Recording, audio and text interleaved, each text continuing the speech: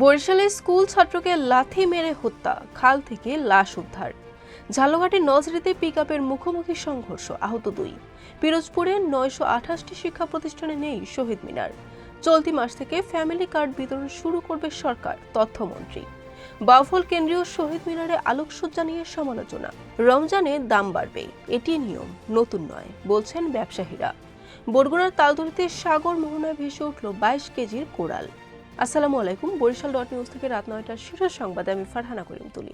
এতক্ষণ শুনলেন সংবাদ শিরোনাম, এখন বিস্তারিত। বরিশালের হিজলায় স্কুল ছাত্রকে লাথি মেরে হত্যা করেছে তার প্রতিবেশী এক যুবক, পরে লাশ খালে ফেলে দেয়।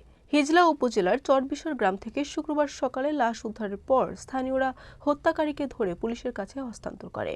নলছিটিতে বরিশাল কুয়াকাটা মহাসড়কের খয়রাবাদ সেতু সংলগ্ন এলাকায় পণ্যবাহী 2টি পিকআপের মুখোমুখি সংঘর্ষে গুরুতর আহত হয়েছেন 2 চালক। স্থানীয়রা দ্রুত তাদের উদ্ধার করে শেরেবাংলা মেডিকেল কলেজ হাসপাতালে ভর্তি করেন। স্বাধীনতার 55 বছর পেরিয়ে গেলেও পিরোজপুরের 928টি শিক্ষা প্রতিষ্ঠানে নির্মিত হয়নি শহীদ মিনার। ফলে ভাষা শহীদদের প্রতি শ্রদ্ধা জানাতে প্রত্যন্ত অঞ্চল থেকে সংশ্লিষ্ট উপজেলার শহীদ মিনারে যেতে হচ্ছে কোমলমতি শিক্ষার্থীদের। সারা দেশে 4,10,00,000 পরিবার রয়েছে, আর চলতি ফেব্রুয়ারি মাস থেকে সরকার ফ্যামিলি কার্ড বিতরণ শুরু করবে বলে মন্তব্য করেছেন তথ্য ও সম্প্রচার মন্ত্রী জহির উদ্দিন স্বপন। শনিবার বরিশালে 21 ফেব্রুয়ারি আলোচনা সভায় তিনি এ মন্তব্য করেন।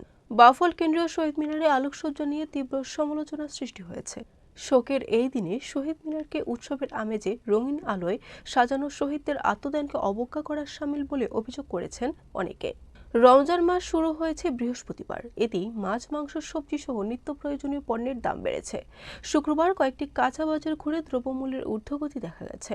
বরগুনার তালতলিতে বঙ্গোপসাগরের মোহনায় ভাসমান অবস্থায় একটি বিশাল সামুদ্রিক কোরাল মাছ ধরা পড়েছে জেলের জালে। মাছটির ওজন 22 কেজি 500 গ্রাম। পরে তালতলি মাছ বাজারে উন্মুক্ত নিলামের মাধ্যমে এটি বিক্রি হয় 19,125 টাকায়। বরিশাল নিউজ।